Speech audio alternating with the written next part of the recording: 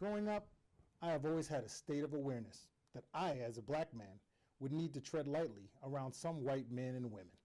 At times, I've had to bite my tongue and rely on my ability to make whites feel comfortable to be around me. How, you may ask? It starts with how I may dress, then how I may speak, then if that's not enough, it's less body language. See, all of those things kind of help. Yet the one thing I have no control over is my skin color. It still never allows me to be seen as just as intelligent, the right hire for a C-level position, nor even listened to when my plan may be the best course of action. Tonight, we dive into the mental state of citizens in the current administration's America. Thank you for tuning in to the Median Society.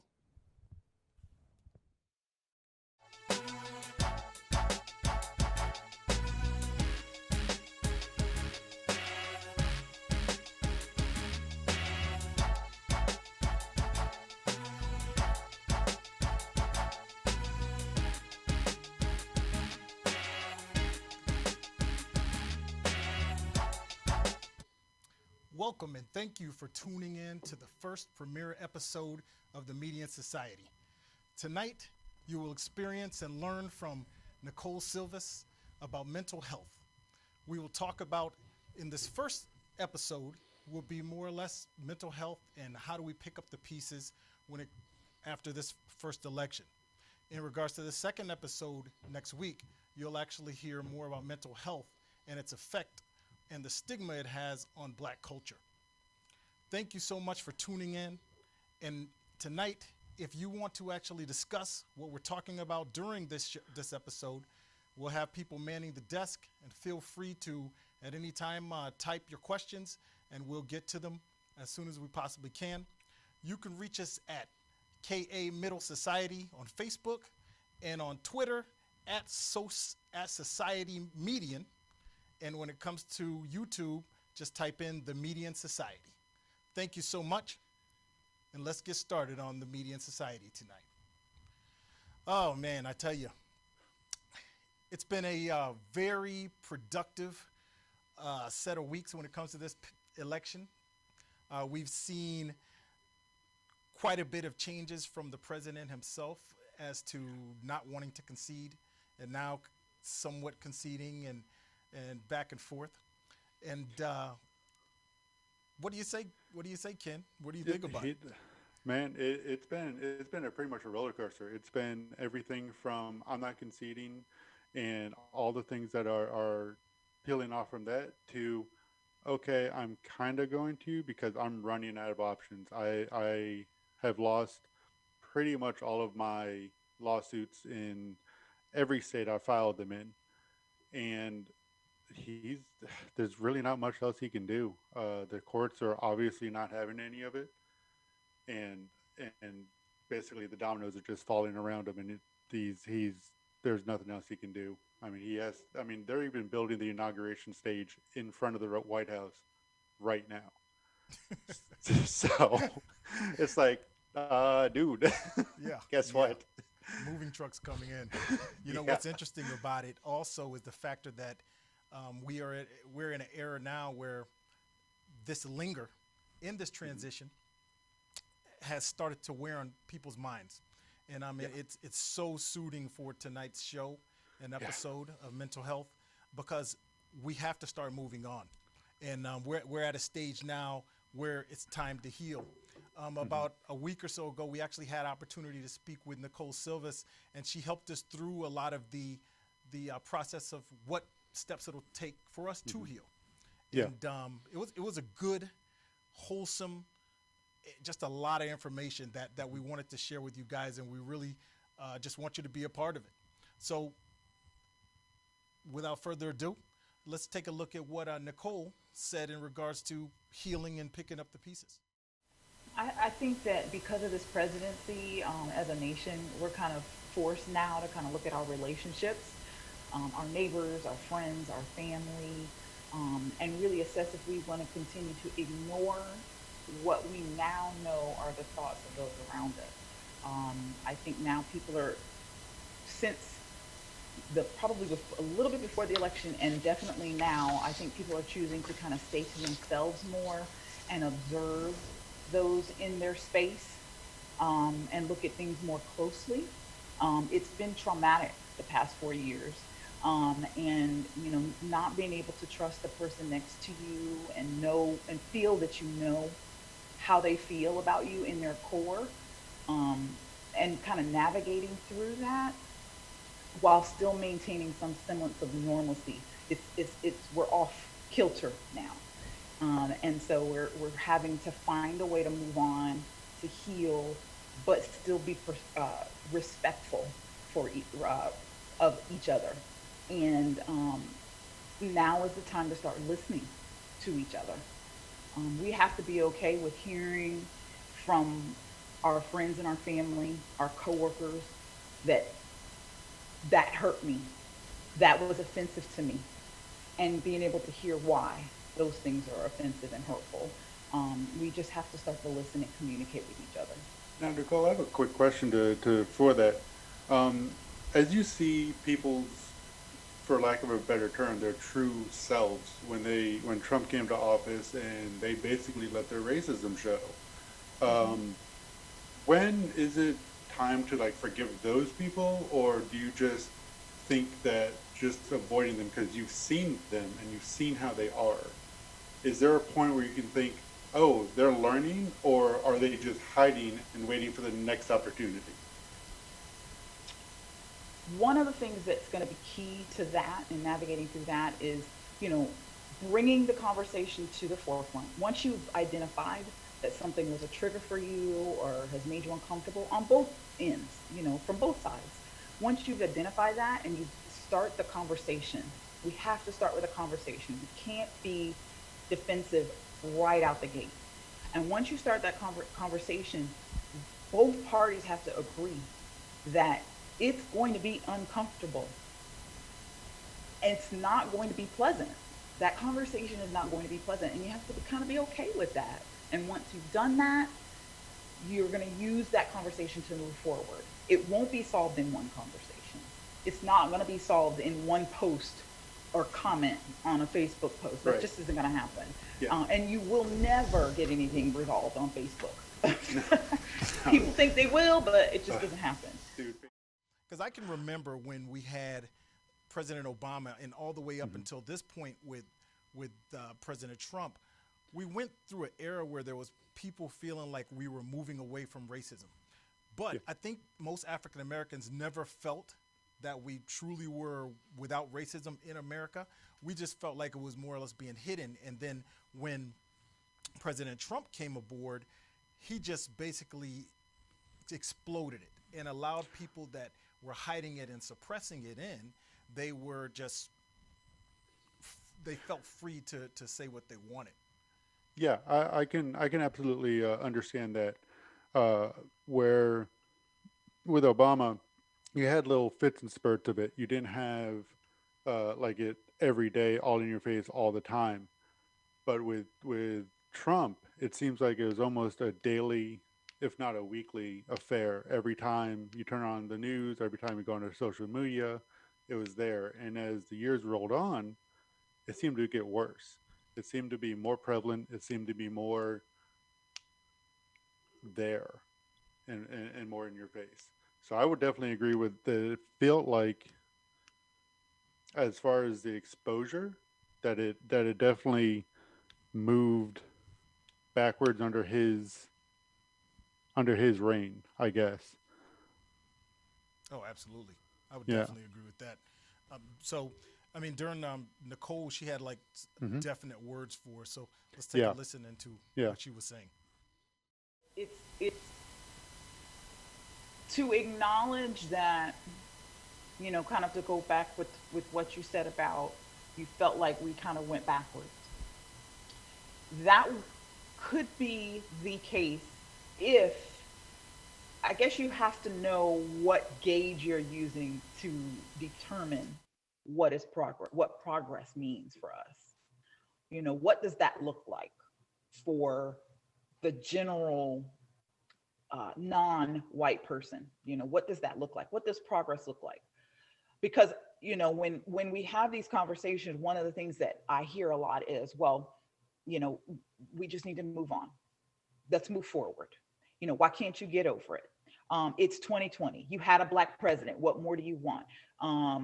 Those types of comments are made as if those are gauges of progress, which in some ways they are. However, like you said, is so embedded in who we are as a nation that we would have to assess what progress looks like first in order to measure progress. Individually, that progress means that progress could be what I mentioned before. I am able to speak on something that hurt me. I am able to stand up for my family in this way now. I am able to, we are able to collectively use our voices to make change, or if at minimum, bring light to things that are important to us, like the murders that have happened as of late. Before, I would say, let's say just in our lifetime, Anthony, from the 80s until now, there have been things like this, but I have never seen the outcry in such numbers as I have when George Floyd was murdered on camera. That was, I was taken aback by the sea of colors that were out there. And so that's progress to me. Um, so you got to know what the measure, what's the yardstick that we're using to measure that, um, I and definitely then take agree. it from there. This election cycle has been a Yeah. major foolery. It's been made to be a fool, so to speak. Um, Social media, I mean, that's the best term I could have for it, because it's actually sad how much information has gotten out. But what's even more sad is that young kids have Yeah. had the opportunity to see hate and just Mhm. dis- disgust and just being misled about people that might not look like them. Mhm. Um, a lot of, I know, two areas that have been pushed is the wall has been misled information about that, and you have a young kid, so Yeah. how are you feeling with social media playing the role it's playing now? Well, social media, I feel, has been able to get a lot of information out relatively quickly, which is both good and bad. The problem that we're running into is the accuracy of the information that is being posted. A lot of times, I've seen information that's posted, whether it be Facebook or Twitter or whatever, like, or whatever social media you want to read, and it's unvetted, it's unverified. The sources are one-offs, or the sources, far left or far right, and you can't verify the information. So a lot of misinformation is going around, but at the same time, you have things like TikTok, where it's basically a social movement with especially with young people of like 16 to 22, that range. Like they've taken it to an entirely different level, and it's been amazing. I believe Nicole actually mentioned that with one of our questions. Absolutely. Let's take a Hmm. listen. It definitely has contributed or affected the younger population a lot more than we think it has, Hmm. because this, for obvious reasons, this time period politically has literally spilled over into every aspect of our lives. In my lifetime, that's never happened. At least not to the point where I really, maybe because I'm a parent, I'm more aware of it. But I feel like this political conversation has literally seeped into every part of our life, all of our lives. And my young children know more and have more opinions about this than I did at that age. I couldn't tell you anything about any of them. I would have been able to tell you who the president is. That's it. But they know so much, and they have opinions, so many opinions now about what's going on. So much to the point where they say, "Oh, mommy, I saw so and so comment blah blah blah. It's clear she's a Trump supporter.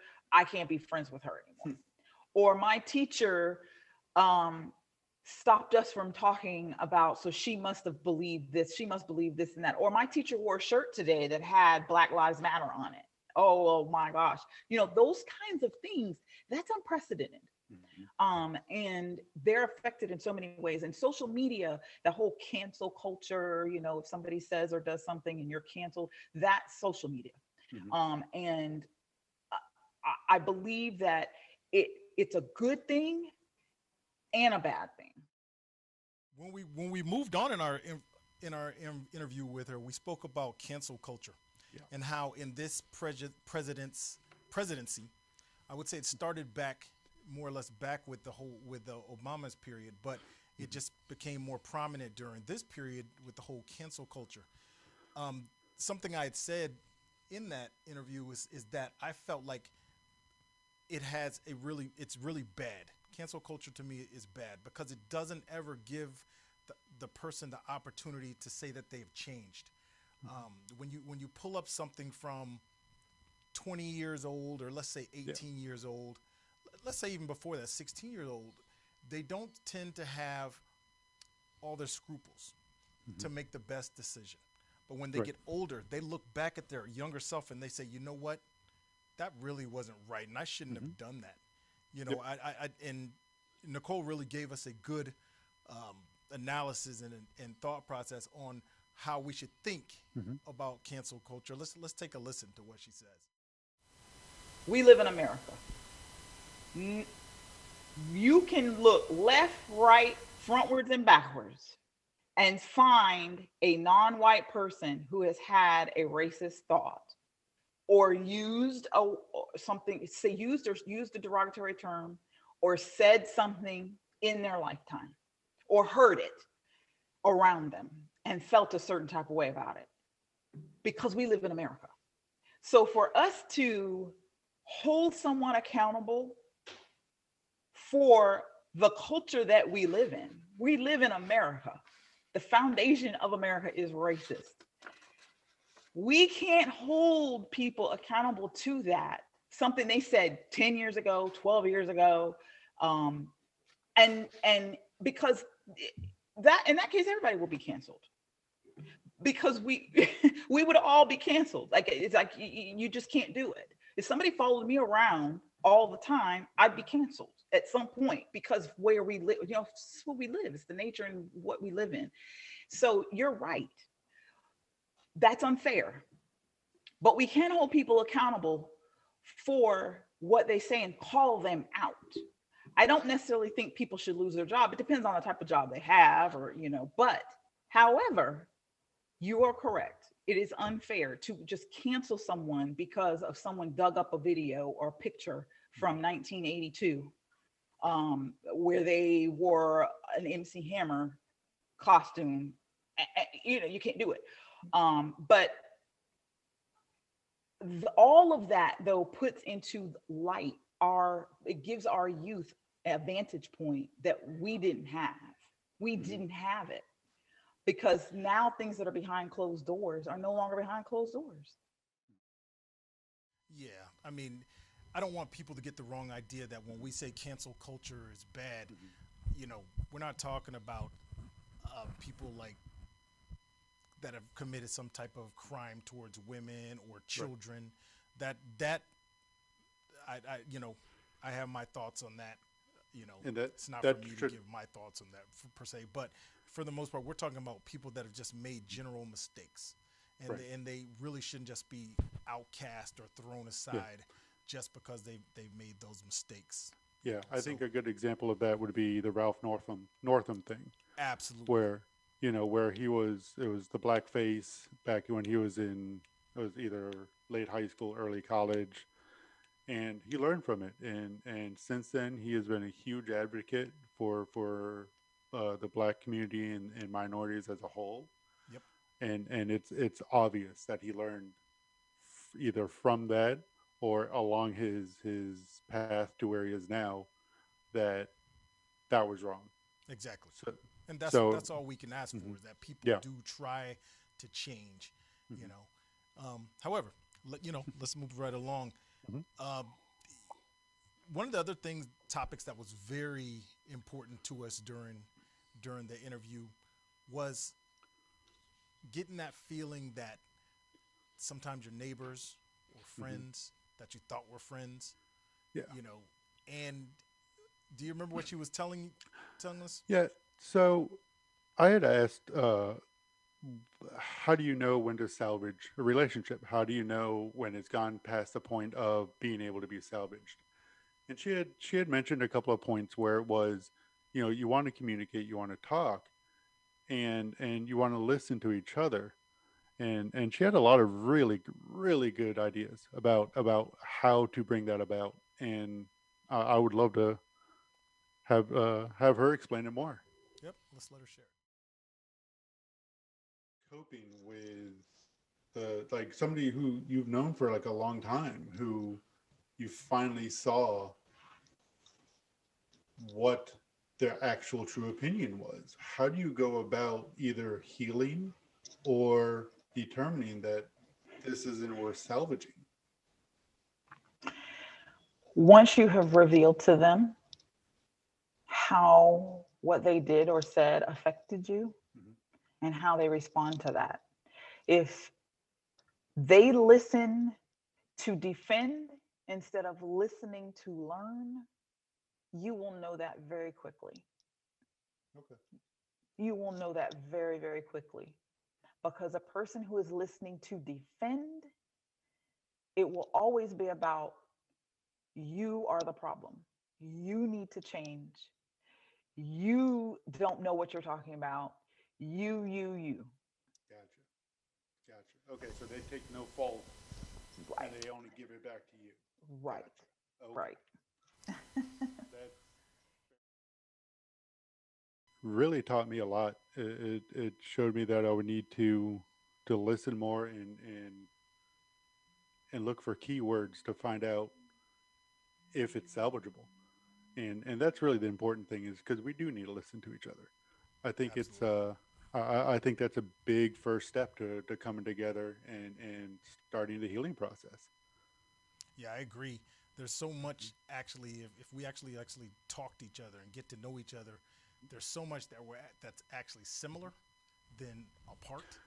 And Yeah, there's but a we lot just of never, common ground. yeah, we just don't Yeah. give each other a chance, and that's one of the problems. And Nicole was definitely major in opening our eyes to some thoughts and problems that Yeah.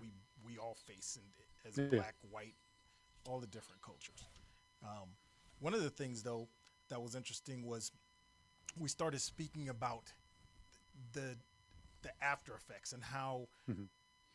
how do we talk to each other after this brutal election cycle, Yeah.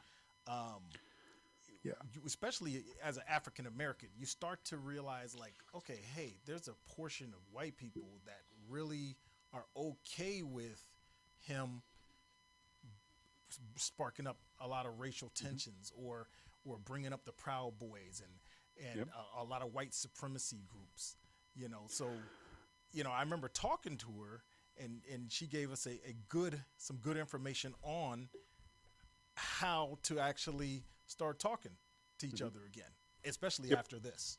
Let's listen to On wherever they got their information from. her. Mm-hmm. And no matter what you say or what evidence you bring to them or what is backed up by facts, they just shut down. They're like, no, this is what I know, this is what I think, this is it's that's it. That's a good thought process. What do you think about that, Nicole? Well, I think that I'm just going to kind of go back to when Obama was president.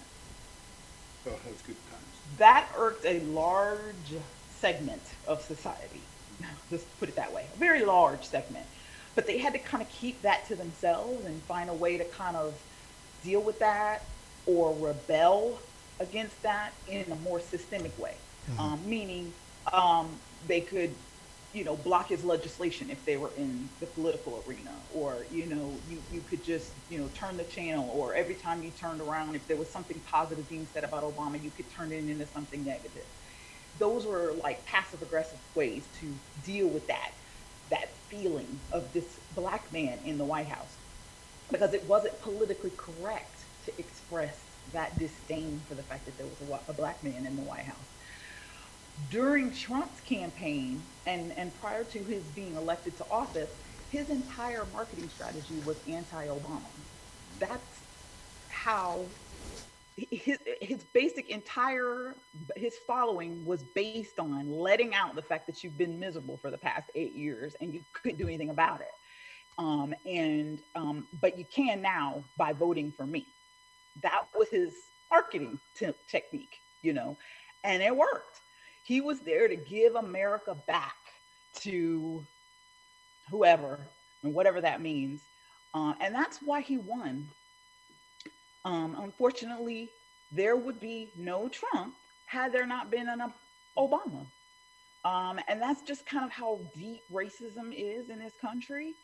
To be honest, that was a brilliant scheme on his part, because whoever it was that came up with that did their homework, and they knew that the root to what gets us going in this country is race.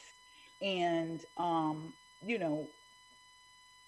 when you say, Ken, that they're stuck in their way and they've dug their heels in and there's no convincing, it's because just like we had to release when we found out that Joseph Biden won, that Joe Biden is our president-elect, and we have so much emotion that had to be released, they've been doing that for the past 4 years, and they feel like there was a man in the White House who backed them up. So no, you're not going to change their mind. You wouldn't, not in those 4 years. And that Wow. Yeah.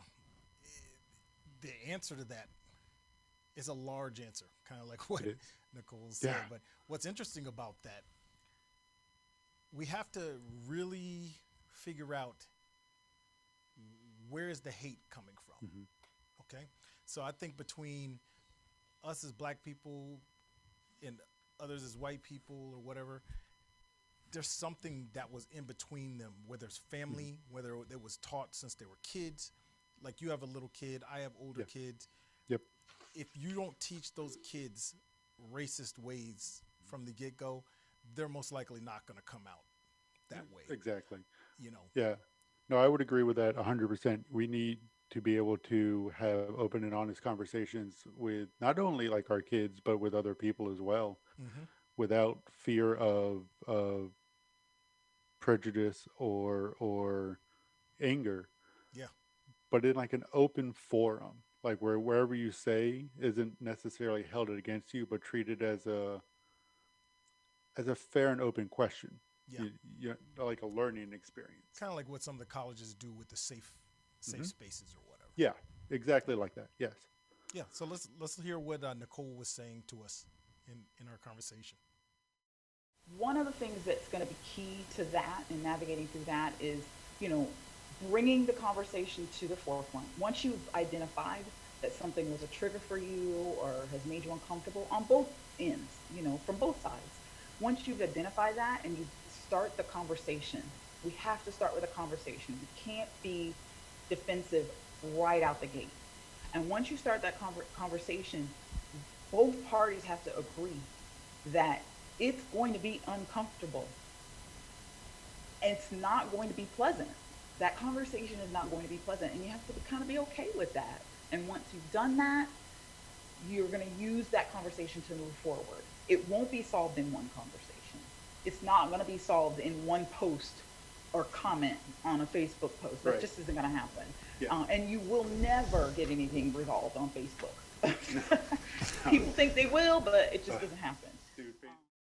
I started learning a lot more about myself and some of my friends, and why they may act the way that they do. but more or less why I might act the way that I do, and don't ever feel like 100% that I can be myself around some people, Yep. right?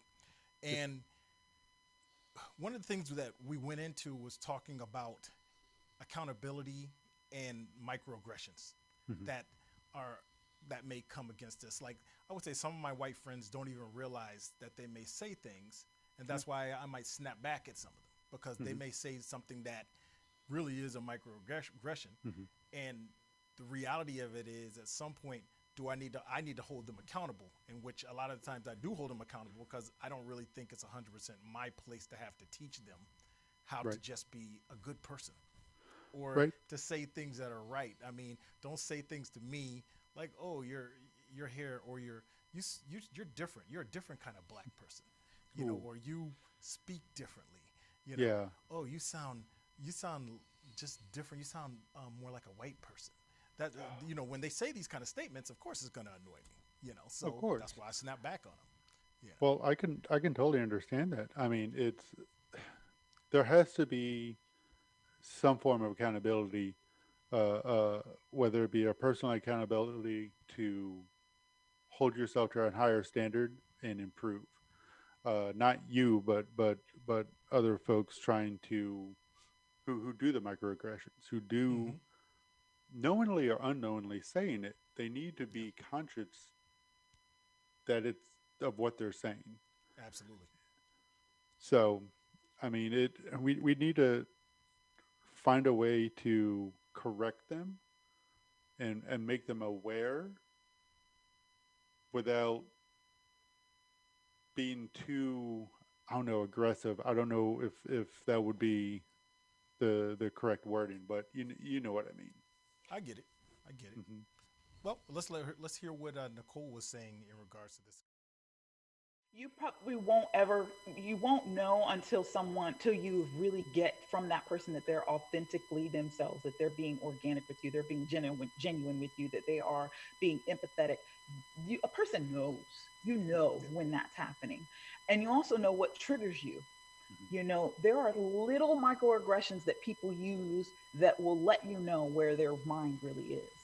And they don't mean it, it's just there. And that's when you have to make them accountable. Call them out on it right then. Don't let them get away with it. And just say, hey, you know, or maybe not call, you might not have to call them out. You could even kind of say to them, well, tell me more about what that means. Like I hear all the time, you speak so well, you're so articulate. And that what I'll do is I'll kick it back to them and say, what do you mean by that? And so, that's what you have to do. You have to call them out. The problem is that for years,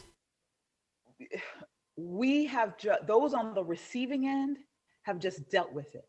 We Yeah. didn't call people out on it because it was uncomfortable. We wanted to keep our job. We didn't want to cause any Hmm. problems. We didn't say anything. The difference between then and now is I feel empowered to say, that was offensive. I can't let you get away with that. No, you're not going to treat my child that way. Hmm. No, you're not going to say that about that person over there just because you're not going to do it. And so now we're emboldened now to say, not okay, not on my watch. So that's the difference. You can't change somebody, but you Yeah. can express yourself.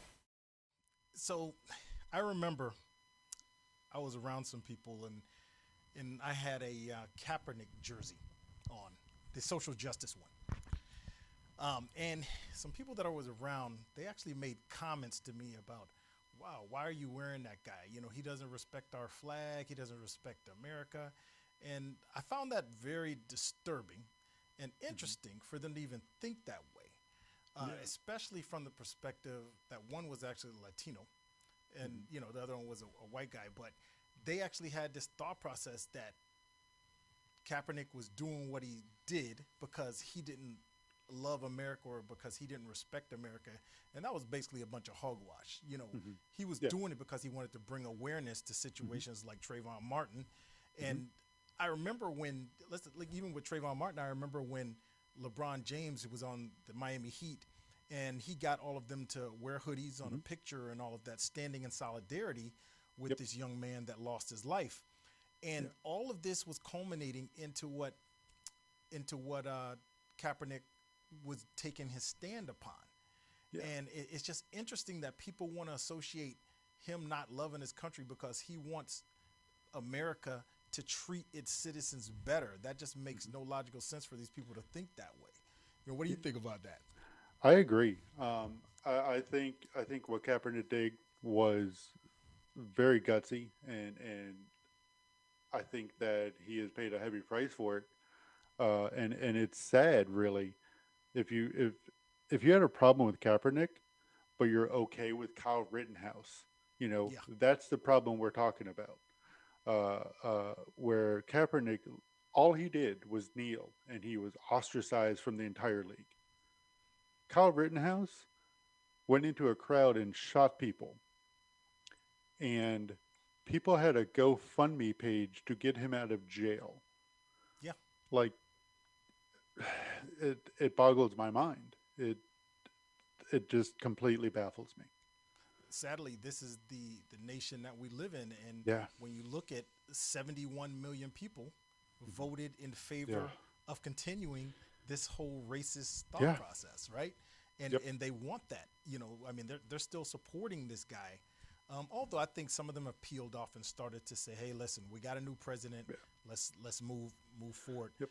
But like you said, Kaepernick lost a lot, Hmm. and a lot of these athletes are in situations where they could easily lose things. But I think a lot of the companies that were sponsoring them are realizing, hey, Hmm. maybe we shouldn't just take things away from these guys because they're protesting for what they saw with George Floyd. Yeah. Okay, so I would agree. I yeah, was going so to go ahead. oh yeah, so what she was saying, she actually came in and talked about how much these people are starting to lose things in regards to this. So let's take a listen to her. Gonna, kind of really generally speak, because again, that is a huge topic. Um, it stems from the root of what racism is: fear. Fear that you're going to lose something. That if someone else knows their true potential, but that somehow that's going to take away from your potential or what you get. And that's what that is. That's what racism is all about. You have to keep someone down in order for you to keep your power. Because if, God forbid, anybody gets educated or learns, they may learn how you have that power and may want some of it too. And so that's what that's about.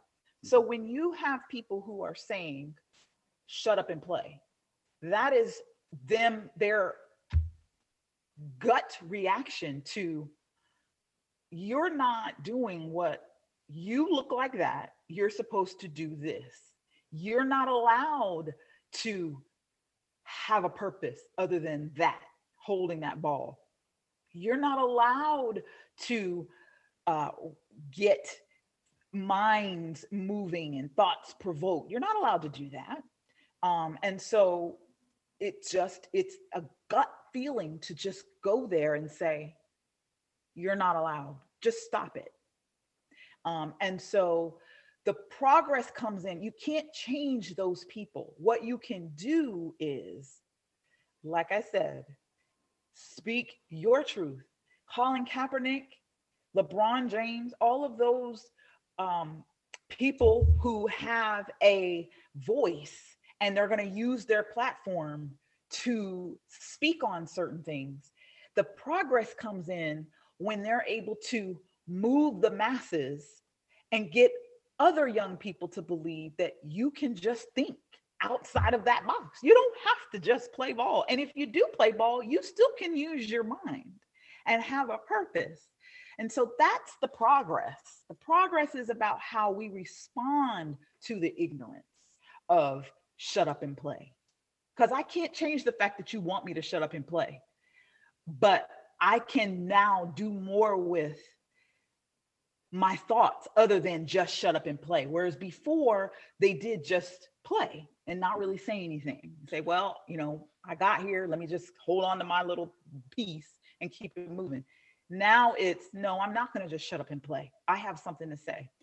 it is That's nice. progress. It is, I think that was a very profound, and I think we've covered quite a bit of ground in this first episode, and we've gotten everything from how we begin the healing process. Kind of went over cancer culture and how that affects everybody, and we even started trying to find out how we can bridge the gap, uh, uh, and start the conversation on how to heal. And I think that's very important. Absolutely. I mean, one of the most important things I got out of this Hmm. was how do we start teaching our young people to Yeah, love again, to actually yeah, not feel down on themselves, or to actually understand that, hey, there's going to be adults and there's going to be kids that have a different opinion from you, and they may right, not always be, it might not mean that it can be a conducive opinion for you to be around. right, But however, you know, we still got to teach our kids to actually love each other, to work with each other, to be kind to one another. And this first episode was absolute knockout. I mean, hmm, I really appreciate Miss Sylvas coming on. hmm, And like I said, it's actually a two-part show. yep, Next Friday, we're gonna have her actually talk about the stigma of mental health within the African American community, and hmm, how we can get people to actually get help and want to have help, without people just looking at them like they're, for a lack of a better term, like they have no sense, uh, right, what to say. And one of the things you're going to learn next week is that we should take better care of ourselves, and hmm, how society has a certain perspective on how African Americans should be when it comes to mental health, as opposed to how whites have already openly and welcomed mental health hmm, and being taken care of in their yep, lives. So, once again, I want to thank each of you for tuning in to our first premiere episode of the Media Society. This one is based on mental health. The second one will also be on mental health, but it'll be towards the stigma of the black community. And I want to thank Miss Nicole Sylvas for hmm, gracing us with her knowledge on the mental health side of things and how we can better ourselves. Please remember, you can keep the conversation going online while this premiere show is playing or after, and someone will get back to you if you have a question or if you want to reach Miss Sylvas. You can see us over at YouTube a little later this evening. And keep in mind, if you're on Facebook and you want to reach out, it's at KA Middle Society. If you're on Twitter, at Society Median. And if you're on YouTube, just look up the Median Society. Thank you so much. The Median Society, we're out.